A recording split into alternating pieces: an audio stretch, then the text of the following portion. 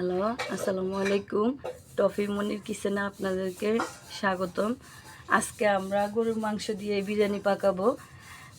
তো কি কি লাগে বিরিয়ানি পাকাতে মাটির চুলায়, সেটা আপনাদের কাছে আমরা দেখাবো এবং কি শেয়ার করব। দেখেন, আজকে আমরা গরুর মাংস প্রথমে দেখাচ্ছি। 1 কিলো গরুর মাংস নিছি, আর রসুন কুচানো, পেঁয়াজ কুচানো, আপনার মরিচ, কাঁচামরিচ, এলাচি, দারচিনি, তেজপাতা আর কিছু আলু নিচে, এগুলো ভেজে নিব। ভিডিওতে আপনারা দেখবেন। এখন আরও দিচ্ছি আপনার জিরা বাটা, রসুন বাটা, আদা বাটা, সয়াবিন তেল। আজকে আমি সয়াবিন তেল দিয়ে করব, অনেকে আছে ঘি দিয়েও করে, যার মানে হাতের কাছে যাই থাকে তাই দিয়ে করতে পারেন। আর দিব আপনার হলুদ গুঁড়ো, এই ফলাউ চাউল, এগুলা দিয়ে চিনি গুঁড়া চাউল নিছি আমি। আপনারা চাইলে আপনাদের পছন্দ মতো বাসমতি রাইস যাই নিতে চান নিয়েন। দিচ্ছি সয়াবিন তেল গরুর মাংসগুলো রান্না করার জন্য।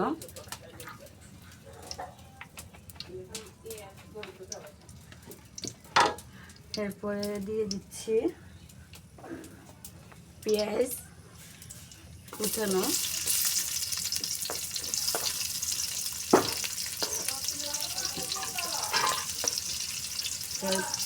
তারপরে দিয়ে দিচ্ছি রসুন কুচানো,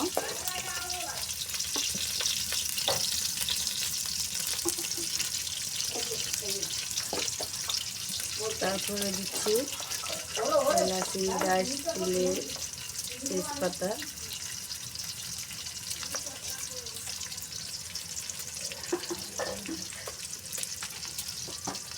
ভিডিও বন্ধ করে দিই। এখন দিচ্ছি আমি জিরা বাটা,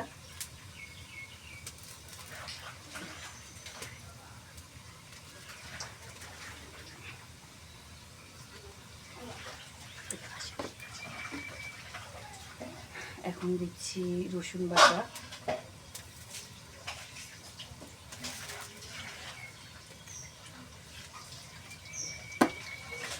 এখন দিচ্ছি আদা বাটা,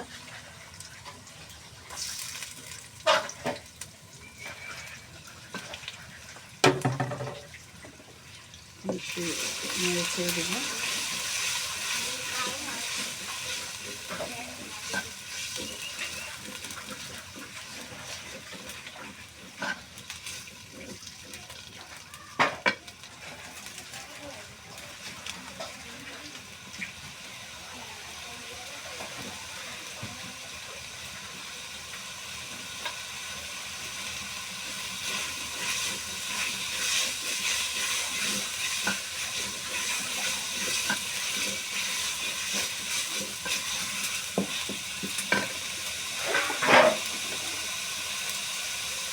এখন দিব কাঁচামরিচ, সবাই সবার স্বাদ অনুযায়ী যে যতটুকু পরিমাণ ঝাল পছন্দ করে সেই পরিমাণে আপনারা মরিচগুলো ইউজ করবেন।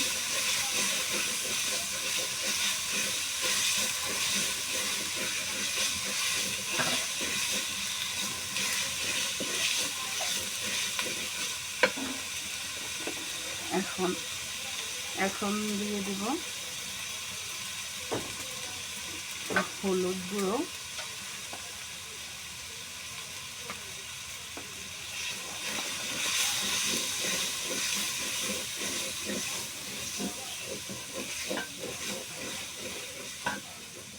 মশলাগুলো দেখা যায়।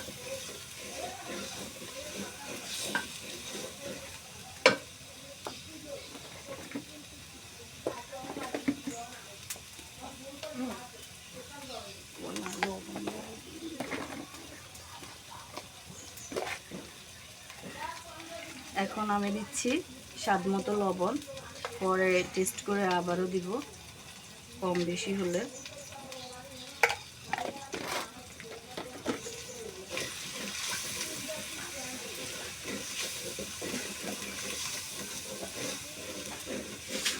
একটু বেশি বেশি নেড়ে ছেড়ে দিলে নিচে আর দাগ পড়বে না।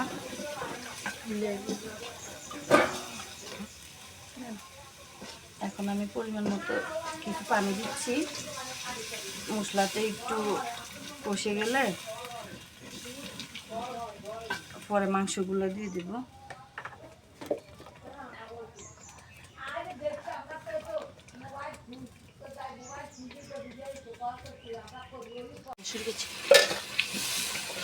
এখন আমি ঢাকনা দিয়ে রেখেছিলাম, দেখেন ইয়েগুলা মশলাগুলো আমাদের কষানো হয়ে গেছে।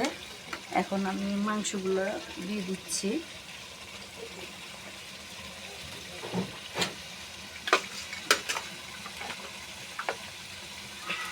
মাংসগুলো মশলার সাথে অ্যাড করে নিচ্ছি।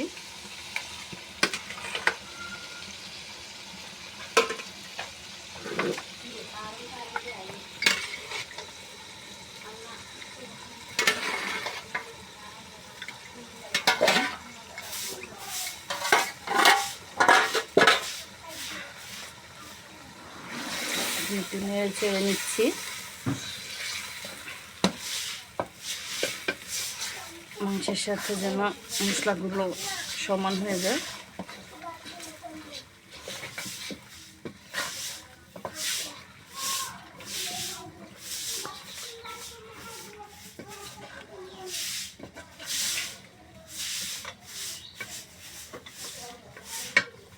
এখন আমি আপাতত ঢাকনা দিয়ে রেখে দেব মাংসগুলোর থেকে পানি বের হওয়া পর্যন্ত।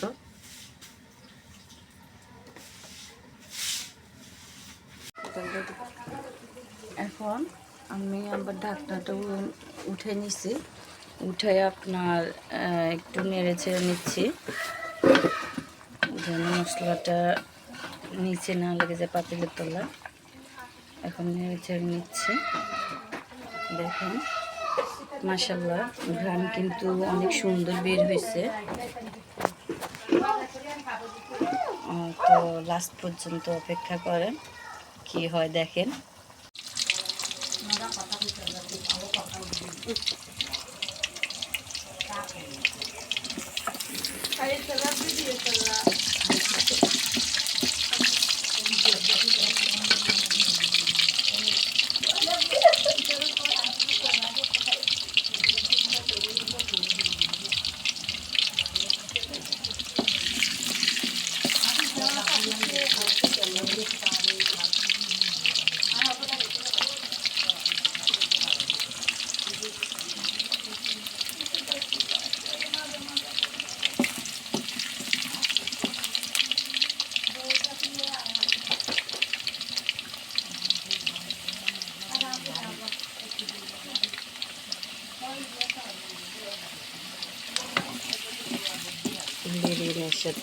বিরিয়ানির সাথে এভাবে আলুগুলো ভেজে দিলে আপনার খেতেও সুস্বাদু হয়, দেখতেও সুন্দর দেখা যায়। আলুগুলো যখন আমাদের ব্রাউন কালার হয়ে আসবে তখন আমরা উঠে ফেলবো।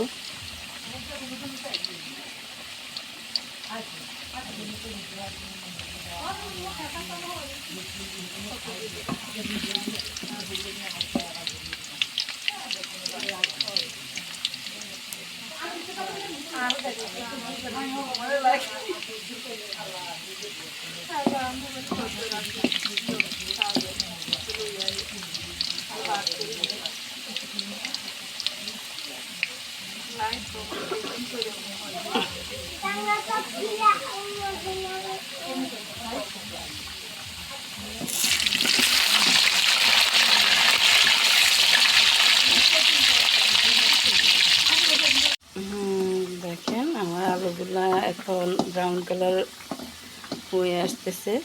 এই কিছুক্ষণ পরে আলুগুলো উঠিয়ে নিব।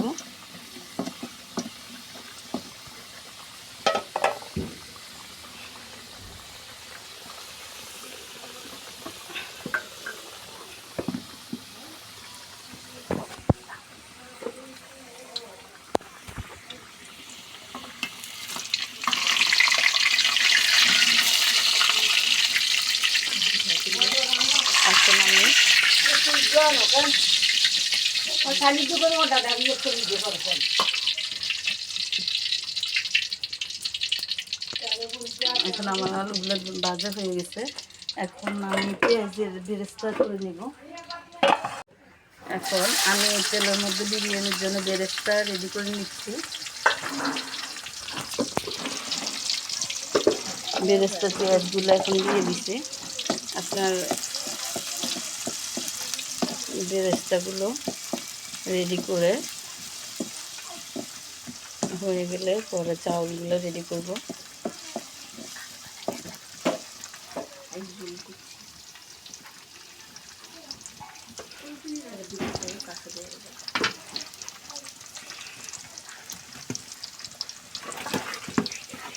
আসলে আমাদের মাটি চুলের রান্নাগুলো অনেক মজার হয়। গ্রামের বাড়িতে যখন মাটি চুলে রান্না করা হয় তখন সবাই এটাই পছন্দ করে। আপনারাও খেয়ে দেখিয়েন।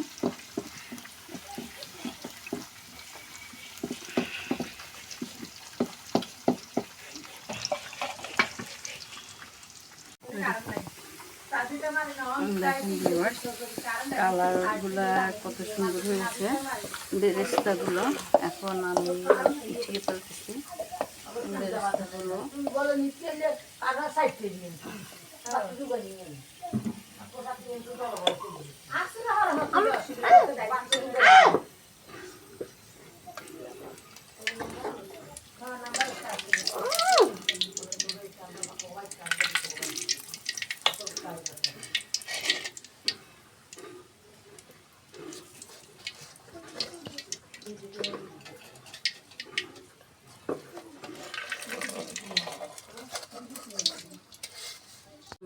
বিরিয়ানির চাউলগুলা রান্না করব। আমি এখানে বিরিয়ানির জন্য চিনি গুঁড়া চাউলগুলো নিছিলাম। আমাদের দেশে তো এটা অনেক সকল জায়গায় পাওয়া যায়। এখন আমি পেঁয়াজ দিচ্ছি।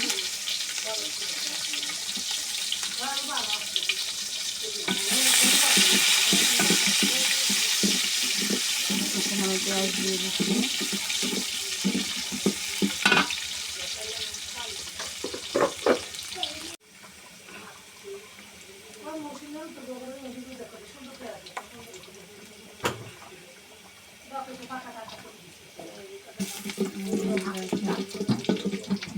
আমি পেঁয়াজগুলা একটু নরম হয়ে আসছে। এখন আমি দিচ্ছি পোলাও চাল, চিনি গুঁড়া চাউল। এখন আমি চাউলগুলোকে একটু ভেজে নিচ্ছি।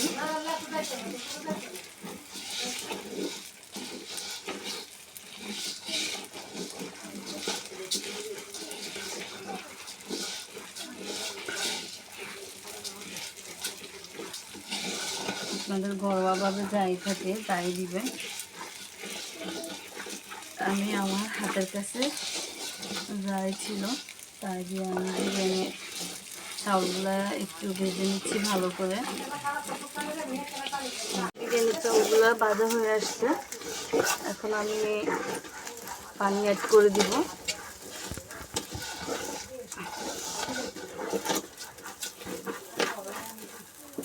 পানি অ্যাড করে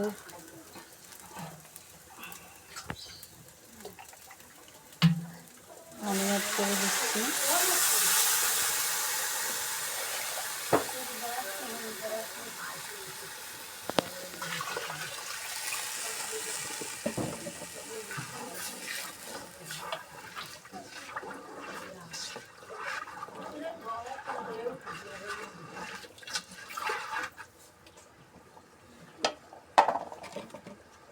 এখন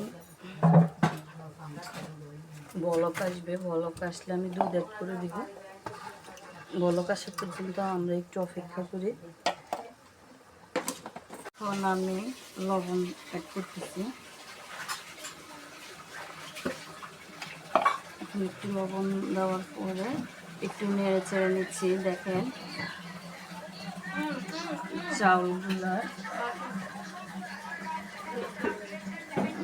চাউলগুলো বলক চলে আসছে।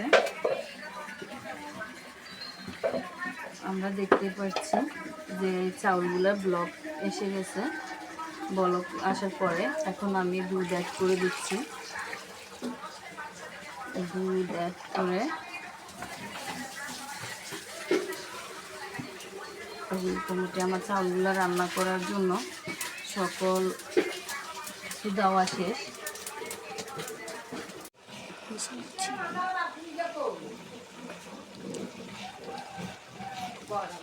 আমাদের চাউলগুলো রেডি, এখন আমরা নামাই ফেলবো।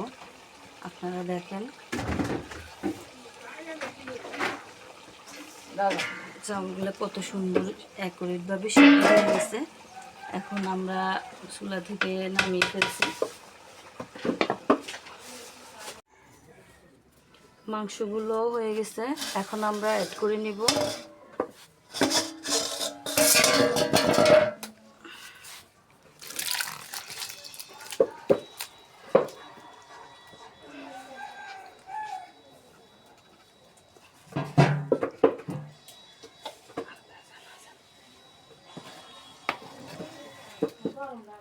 দেখেন গাইস, এখন আমরা পোলাওগুলোর সাথে বিরিয়ানিটা অ্যাড করে নিব, মাংসগুলো, তাহলে আমাদের বিরিয়ানি রেডি।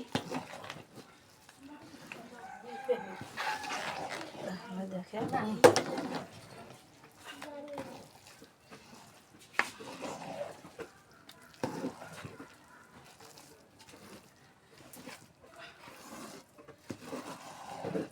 এইভাবে রান্না করতেও পারেন।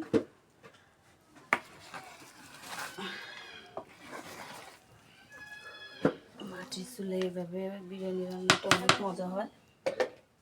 আমি এখন ঢাকনা দিয়ে ঢেকে দিব